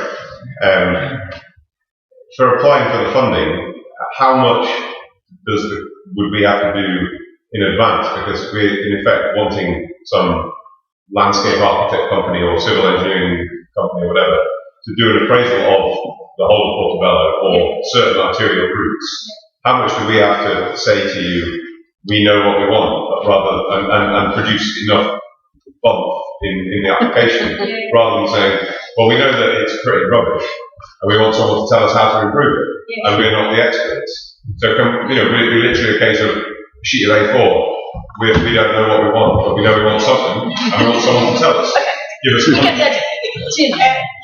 Essentially, we have this thing called the online portal where you apply, and it's basically an A4 piece of paper of project title, aims and objectives of the project. It's designed to be as the first stage is designed to be as easy as possible to encourage people like yourself who've not got loads of time on your hands to put together long-winded bids. So, we can support you through it and the information that you need. It's intended to be that early days start of a project when you don't really know what you're doing yet, but you know you want to do something. Sorry to ask a second. That's a follow-up. Okay, James, over to you. Just a quick one. So would we, before we come to you, we have gone to a consultancy and said, this is what we're looking at, how much it's going to cost, so that we know how much to apply for? Or do we not put a figure in on the first application? I think that would be a sensible. Let's talk about this afterwards in more detail. But I think that sounds like it's good to have a sense of what the project is going to be looking to do in the future. The lady here in the front, would you like to introduce yourself? Yes, and Rose. I'm also full sister. Especially Paul, I was just wondering if you could tell us if there's any kind of major things about what has happened with Waltham Forest that you now think you would have liked to have done differently. Yes, that's a good one. Yes, I think the biggest single mistake, when I say we, I'm talking about the council campaign made, was to run too fast. So we were told we had 3 years to spend £45 million. That isn't much time. And so we rushed in. We knew we had to engage the community. We didn't do it properly, and that's why we got coffin protests, or partly why we got coffin protests. So it's around our engagement model, which now is very sophisticated, probably one of the best in the UK, but at the time was really pretty rubbish, very kind of pared down. We knew we had to engage. We didn't have the time to do it properly. So I think that would have been the single biggest thing we could have done early on in the programme. Subsequently, I think some of the areas of, doing that amount of construction, you cause chaos on your road network. You cause chaos for pedestrians. You get cyclists dismount, you get all pedestrians. Footway closed, use the other, all that kind of stuff. Seriously, we need to get better at actually. We're trying to improve active travel corridors, and yet in getting there, we cause chaos for people who walk and cycle and use the bus. And so I think we need better ways of managing the people flows overall, and not just thinking, we've got to maintain flows of cars. We have to maintain flows of pedestrians and cyclists safely. I think that's an area which is very much work in progress. Great. We'll have the lady behind you, Mr. Stretch. I wanted to ask, in the Waltham Forest, the report we had residential streets, some of which had some sections of parking, some sections didn't. Was it a fight to have parking spaces in your house, or was it a fight to have the nice empty space for other things in your house? Or how was that decided? You've got parking, you've got a clear location. So you saw some section street. Oh, you mean so where we had a filter, for example? Yeah. How do we decide where the filters went? Is that another way? Well, the other way it was like we had planting in them, and maybe it was worth filters, but they were just rotated at the end of it. Okay, so planting. Okay, so that was actually quite straightforward in terms of which areas we planted up. Is one of the key things is the council can't afford to maintain, so we would actually put the word out to communities. There's going to be a filter in your street. Is anyone prepared to look after any planting areas that are put together? And if people came forward, then that area could be planted up. They'd provide compost and plants first off, and they'd look after it thereafter. Does that answer your question? Yes, Okay. We're going to the chap at the back with the glasses on his head. Yeah, Fraser, a local resident, also in the community council, had loads of conversations over the years about the high street and with it, to improve travel safely on the high street. But you didn't quite answer. You both said to tackle the high street. But in order to have proper conversations, we need to get towards some sense of what the interventions would be.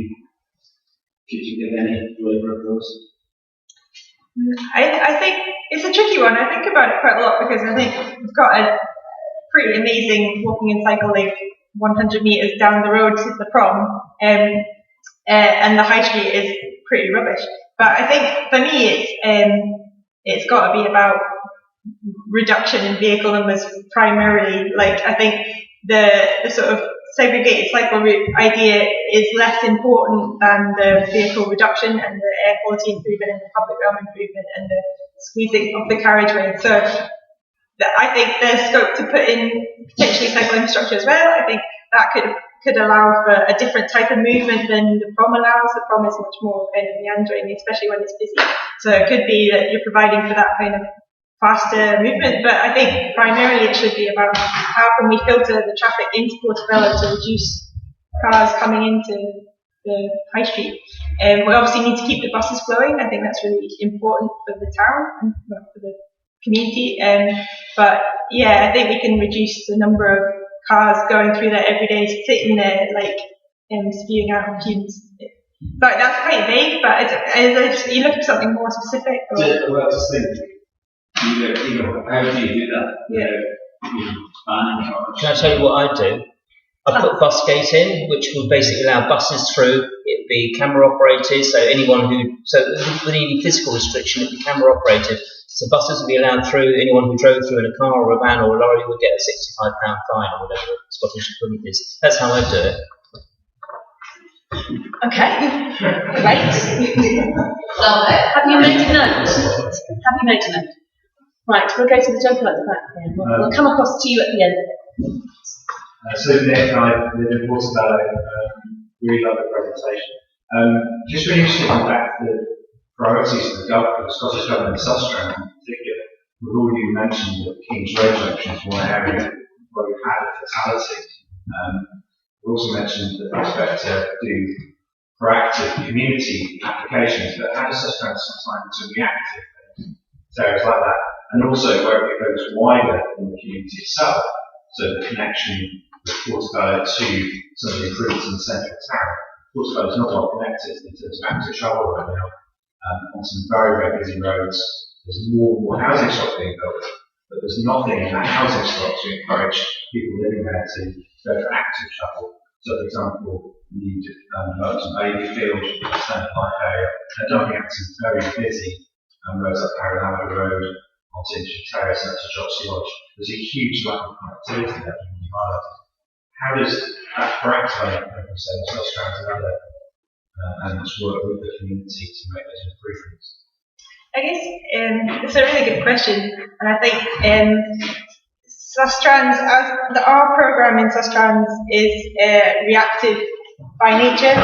We respond to needs from local authorities and communities, which I think it would be great if we could go out and propose projects, but I guess we are tasked from the Scottish Government to respond to people coming to us. So there's potentially an issue there in itself that we can only respond to what comes in, but I think there's definitely like things like this. If we can, if there's people in this room who are keen to put together a bid, then it's about supporting that and saying we recognise there's a real problem here. So I feel like I'm skirting around the question a wee bit, but like as the programme that we manage for the Scottish Government, we don't go out and seek out projects. We respond to what the needs come from local authorities. So I guess it's really down to the council to say this is a priority for us, and we fund it through that. But there's the second part of the question about sort of the new developments. Yeah, well, there's obviously lots of ways that these Sustrans projects should be linked to other things. So, for example, new housing stock being built. How do you ensure that there's parking there, that's inclusion parking? How do you ensure that developers are paying some of the infrastructure projects links in some of the more active corridors or paying packages that you've done? What about the links between public transport? So, for example, this lash-up rail station, you should have to help people connect into the town beyond the cycle. There's car clubs, there's all sorts of things that can connect into reducing traffic and then providing facilitation for everyone who wants to be active wasn't necessarily cyclists. But these things are quite multifaceted, which wondering your role. Is there a role there that you need to bring those things together more closely? I am coming here as a planner, and so I was at the Edinburgh Urban Design panel today, and we had a presentation from Daisy Noranan about city centre transformation, and we also had a presentation on the George Street and Newtown project. And one of the consistent things that came from the panel, so just to explain, the panel includes representatives from the architecture profession, landscape professions, the World Heritage Site, the Coburn Association, and so on. We're experts and practitioners, and we look at and critically review development proposals, and today it's about that. And one of the things that came across consistently were the questions about how the principles of the city centre transformation are being linked to other policy areas. So we talked about the local development plan, we talked about the parking strategy, the movement strategy, the green space plan, and all of these things. And the message we were getting back from the team, from the council teams, is that now we've got the principles in the city centre transformation in place and agreed that the next job is about that coordination. And so the city centre, the local development plan, which is called City Plan 2030, which is work is starting on that imminently, and the mobility plan will be happening at the same time. So it's a really good opportunity as a community council as well, in that process we start feeding into them and saying, as a community, we really want to see things in here about strengthening the network. Because city centre transformation and the delivery of a cycling and active travel network in a city centre works up to a point, but it needs to link to the wider network, and that's also part of that plan and the strategy to make it link up. So I think if you're starting to feed back from a community into the planning system and into the plan making process, then the council will be able to, should be able to, look at potential routes and look at areas where developer contributions from new housing can help to make links happen. Then they can go to Sustrans and say, we've got X million pounds, can you give us the other X million pounds to make the sums add up? So yeah, it's a really good question. I think there's lots of issues around policy integration, and lots of people saying that about, we've got lots of new housing, but we're not very good at planning in either the detail in the housing schemes themselves, but also the networks for active travel routes and links, public transport links. How do people who live in these new houses get to work? How do they get to the places they need to get to safely and in a nice way? Yeah. Okay, did that answer that? Yeah, just one minute, second. It is. Thank you. Okay, and yeah. We're going to go to the gentleman at the back. Yeah, Charlie, I just wanted to ask Paul, and I was pleased to hear you saying that there were a number of commercial units and they were all filled again in the streets. There's another piece of evidence against this misconception that you were taking the cars away and kill the high street. But did the nature of the high street or the streets change? Did the mix of businesses change, or was it existing businesses that were then able to carry on and continue? In the first scheme, it was already relatively gentrified, fairly high end. There's a mix of cafes and restaurants and other venues, but probably towards the higher end in terms of the borough. That didn't change much in the street, which was kind of really struggling in terms of businesses. We've seen quite an influx of cafes, bookshops, all sorts of different things. There's probably a more resilient mix. So yes, there was a shift. The second street I showed pictures of had 10 hairdressers. That was just amongst about 40 shops. Completely unsustainable in terms of really any of them making much of a go of it. So yes, we did see some shifts, but I think largely it created a more resilient one. Another thing I just point out really, I think some of the fear that we noticed that came from businesses or concern around parking, we're able to, obviously you take parking out of the main drag, you can just pop it around the corner, you can still do that. But one of the interesting things we noted was that actually quite a few of the businesses, the reason they wanted parking outside their shop wasn't for customers, it's because they drove to work and they parked right outside. Actually, that was quite an interesting revelation. Very common. Yes, it is. Just on that, because I noticed you didn't say anything about loading, and that often comes up as an issue or a question around how to combine new segregated cycleways with shops and retail and the need for loading and unloading into and out premises. That's actually, I think again in Waltham Forest, business engagement, I think, apart from that first year, has been really, really good. Going to business multiple times. What are your customer needs, loading needs, all the rest of it? We would like to put your loading bay around the corner, because we're going to put a cycle track here, we don't want to be loading it across the track. We'd like to put it just around the corner here. Is that going to be okay? So there's lots of discussion going on around using that road space much more sensibly. And the vast majority of businesses have worked very well with that. There have been one or two instances where businesses like, I don't know, car repairs have been doing vehicle servicing on the footway. Like, actually, we don't think your business can carry on doing that. We can't create carriageway space. You need to be able to do this somewhere else. So I think the vast majority of businesses were fine. One or two were clearly challenging in the nature of how they're using public space. We had the exact same in South City Way, where did a lot of business engagement working out where the loading bays should be, and provided loading bays where they were most needed. But even with that, when there's a loading bay unused, you would get vans. You still get vans driving up onto the South City Way and blocking the cycle route, and that's kind of recurring problem with the South City Way at the moment. So I think it's going to be interesting to see how it develops, as the route isn't open yet. But I think, yeah, it's a behaviour change issue, and one about sort of decent public behaviour. Actually, I would add to the council's credit. So yes, we did have some issues. Of you take the loading bays away, some of them will still park on the tracks. To the council's credit, when the campaign was kind of raising specific locations as an issue, the council just redoubled the enforcement patrols, and in one instance they had the patrols, they used to finish, I think, at 8:30, they had them work until 1 in the morning to blitz a particularly problematic area of just issuing ticket after ticket after ticket for weeks at a time until they got that behaviour change in place. The problem is, once you get one vehicle parked, it seems a free-for-all, because somebody else has already done it, it must be all right. The other problem we've got in our borough is pavement parking is legitimised in a lot of places, so motorists get used to parking on the footway, which I think is deeply unfortunate. Across London as a whole, it's actually not permitted unless you have a marked bay on the footway. We've got a lot in Waltham Forest, so that's part of a cultural change we need to move towards as well. Definitely an issue in Portobello, pavement parking. Absolutely. Are there any more questions? Yeah.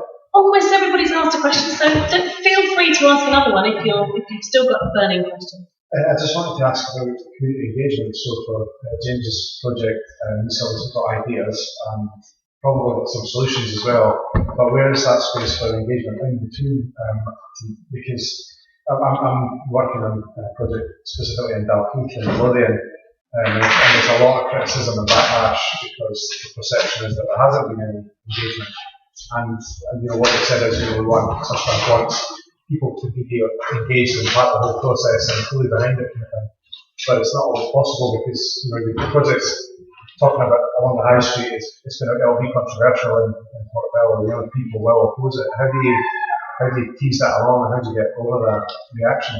I think it's very much dependent on the community and the context and whatever is the local political situation. I think one thing that has been done in the past to quite a lot of success is street trials and doing things, kind of showing what can be done and what can be achieved in a sort of smaller scale, smaller time frame. So we're very much encouraging projects to develop, if it's a potentially contentious one, to do a lot of engagement before the project kind of begins, really, and then to include a street trial as part of the development of it, to test the water and to really demonstrate the benefits. Because I think people say, people were saying that with the open streets thing in Edinburgh, you can't close these streets, you're going to destroy the city centre. And then we've been speaking to businesses who've said, my business went up massively that day. It was brilliant. So really showing what it can do. Could that be the first thing that the team at Portobello do? They're moving in the community council rather than setting up a CEO we've got the community council to, and then do a consultation and do some trials on the streets. There was that one at Mentone Avenue last weekend. Just in terms of pushback from local businesses, you challenge them. Your street will change, how you use it will change. This will affect your customers. You can't get away from it. It will affect your customers. And I think if you're a business and you've got concerns around turnover and revenue, profit, things like that, you think, gosh, I know I've got a lot of customers who do actually drive here. What we don't think about is a huge number of people who would visit your premises if it wasn't a complete logjam of parked and moving cars. If you make your street lovely, it would generate so much additional. I mean, obviously, if you're a second-hand car showroom, you may not generate quite as much, but most businesses benefit hugely. And there's Transport for London have got some really good page around the local economy, and they had 8 mini high streets that they looked at. 4 they improved using health and streets principles, 4 they didn't. Footfall and spend in the 4 they improved went up dramatically. So actually, yes, of course, businesses will be worried because they will know they'll lose a few customers. They don't think about all the new ones they'll gain. They'll be focusing on the ones they know that they will probably lose. Rose at the front here. She's got her hand up for the second time. David, I'm not local. Can Rose just ask her question? I'll come to you, David. It's all right. It's all right. I'll come to you next. Don't worry. Can I just ask for life review whether there has been more plans to do in-depth kind of questionnaires of people post putting in this infrastructure about how attitudes to it? A great question, and it's really, really important. I think that we constantly learn from these projects because it's a long-term evolution. You've learned so much from your project, and as our projects are kind of evolving as they go. And we've got quite extensive, as I mentioned, sort of monitoring going on. So we have in Sustrans as a research monitoring unit who do pre and post studies. So that includes a lot of focus groups with local residents and how has this made you change your behaviour, and has it worked, has it not worked, seeing the things that work well and things that don't. And I think the more that sort of approach is really necessary, and also sharing that information, I think publicly is also really important. So yes, that's very much part of the project. It's not at the moment, but it should be. I think let's be good to talk to the research monitoring unit about how some of the research can be discussed in more ways. Sustrans have got some fantastic resources online, research around interventions and lots of examples from other places, not necessarily the ones you funded. It's not, but there is a really good evidence base there. There was so the first scheme that went in Waltham Village, there was some surveying done of residents, businesses and visitors to the area around a year to 18 months after that first filtering and the kind of streetscape improvements went in. Visitors recorded 100% satisfaction with the changes. Everybody thought it was amazing, which is actually what you'd expect, because if you didn't like it, you wouldn't come back. So, I mean, I'm not quite sure the validity of that figure, but it sounded really good. Businesses largely were okay. They weren't as enthusiastic as we would have liked, but overall they felt it was beneficial. Residents weren't incredibly enthusiastic about it. I think the general sense was we don't want the scheme to go back how it was before with the traffic flying through, but we'd like 1 or 2 roads open. That would be rather nice, and that really kept pandering to people that in certain streets who had longer car journeys. The problem is if you have an area that's locked down to through traffic and you open one street, then that street becomes a nightmare, and then the council becomes deeply unpopular with those people on the road. So that just wasn't viable as an option. So it was mixed results, quite frankly, because I don't think people understood the impact of some of their suggestions and the changes they wanted to see.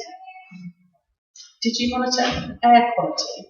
Air quality? No, we know that over the last 10 years, in the kind of Waltham Forest area, we had about 60,000 residents who were subjected to illegal levels of NO2. That figure now is down to about 6,000, so a tenth of that original population. But that's not just mini Holland, that's a series of improvements. Have you had any kickback from your surrounding council areas where all these cars that were going through your patch are now having to go somewhere else? And are the other councils thinking what they did was a really good idea, we could pick up on that? Or are they saying they have ruined our place because all these cars are going to us and we're taking the wrong track?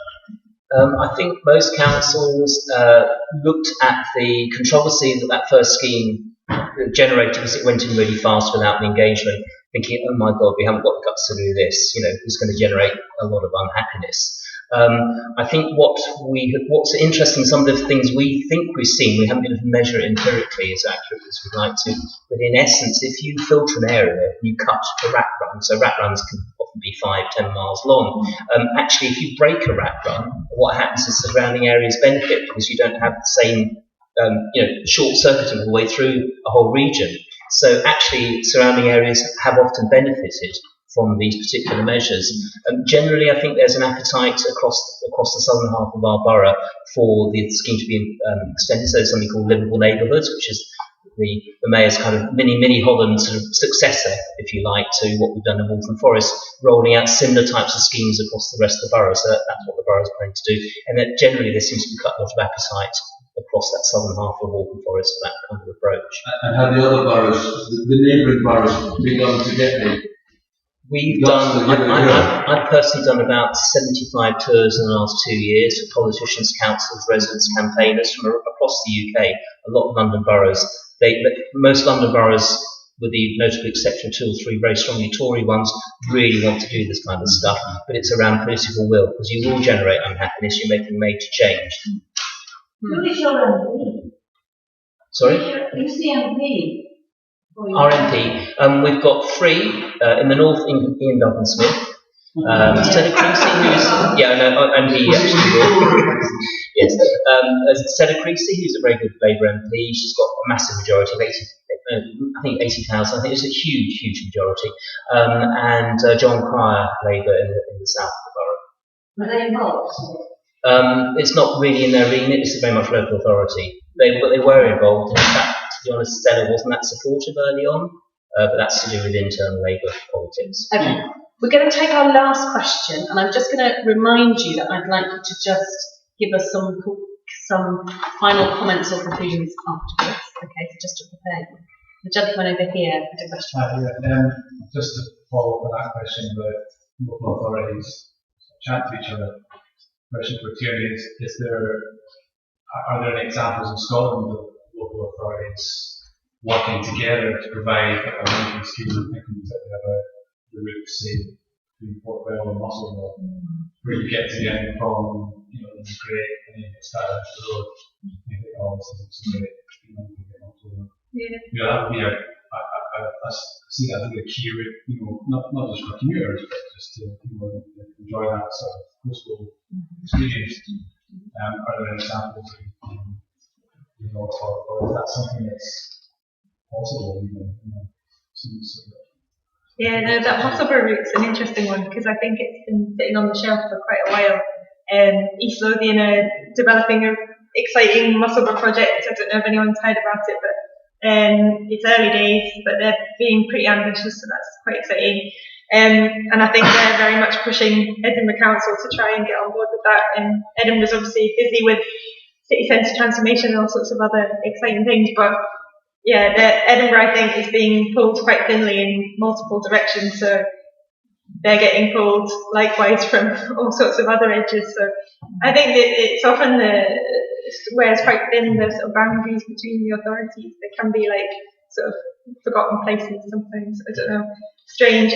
We were having an interesting chat recently with East Renfrewshire and Glasgow, and the sort of dynamic there, because you've got a lot of car drivers from East Renfrewshire driving into Glasgow, and the real car dominance in sort of Giffnock and some of the communities around East Renfrewshire has a massive impact on Glasgow itself. And so Glasgow can do loads of things, but without that cross-council communication, it's just, you're sort of looking at I don't know, it's not going to work properly. So yeah, I think it's really important, but it's not happening enough, I guess, is the short answer. But there are some fantastic examples in Scotland of cross-authority collaboration, particularly on green infrastructure, and there's a fantastic work that's being done over in Glasgow with that, the Greater Glasgow Green Network and but there are some really good examples, and an active travel is actually quite a strong theme within that green infrastructure ideas. So there are networks that are in those plans. So there are some brilliant examples. Yeah, and the regional transport partnerships are doing a lot of really interesting things, especially the Tactran region around the sort of, we've got Dundee, Perth and Angus and all sorts of really exciting projects in that area, and they're all kind of working together and learning from each other. I think those regional transport partnerships can have a really good role to play in that. I can answer Portobello, Musselburgh issue. So Sustrans is the South East Scotland Transport Authority, and they funded several feasibility studies looking at cross-boundary routes, and that massive ones has been looked at, and it's been through a feasibility stage. It's been released for consultation. What they're looking at is taking the detailed design phase, and that's not yet happened. It's going to be one of the projects that we're doing this year, but it didn't happen because it's other priorities that maybe selling or whatever. So it's definitely on the list, and as Tierney says, each of the council or great guns with active travel networks in Musselburgh. So investment. So potentially. So it's about getting our side of the fence or cross-boundary work. That's brilliant. That's a really useful place to stop. I'm sorry. We're going to have to draw it to a close. I'm going to invite Paul and Tierney to just give us a few closing comments, and then I think James is going to say something to close us off. Paul, should we go to you first? Okay. I think that Portobello has got huge potential in terms of civilising the area, in terms of both the high street and some of the surrounding streets. If I was given the gift of being able to do what I wanted, I would certainly put a bus gate in the high street. I'd think about all the through routes, probably stop more throughout and think about using the bounding main roads as your through routes. I'd be looking at seriously putting in some control parking zones, probably across the whole area, and actually pitching those parking fees at a reasonably high level to discourage car ownership. That would obviously reduce car use as well. And I think you could really seriously remodel the town centre in terms of placemaking. You've got lovely high street sections that are absolutely gorgeous, but they are really just so ruined by all the motor traffic. So huge potential. And yeah, the prom is gorgeous, but in the summer it's not practical as a through route, is it, for bikes or even people trying to jog along there sometimes. Great, and I think that leads on to let's do something about it. Or it would be really exciting if anybody in the room is keen to take these sort of ideas forward, because now is the time, as I've sort of outlined, and I think really pushing for ambition and learning from Waltham Forest. Being super ambitious gets you good results. Being tentative and doing little things here and there might not achieve the same things that Paul's achieved. And there's so much potential, and also just being in Bellfield, I feel like this is a community-led space, and this sort of community energy in Portobello is really sort of well known, and I feel like sets a great sort of starting point for doing something quite exciting. And I'd be really keen to speak to other groups across Scotland that are doing similar things and learn from them. And also keen to support if you are keen to develop a bid. So, lovely. Well, thank you very much.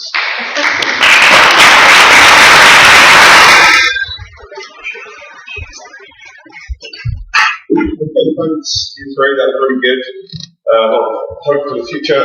I should also mention Kirsty Lewing, who is the founder of Spoke to Porty, who's on a cycling holiday, which she went to via public transport.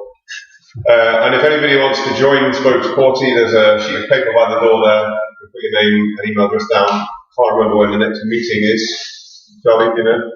No. Or even if we've got one planned. But yeah, we've got lists of very minor, drop curb here, there, whatever, a little bit of cycling choice. We've got ideas, and we've emailed them to different parts of the council, and they're probably funding, and they've retracted promises. And anyway, but we've started a little bit, but this gives us great ambition for the future. So come and join us.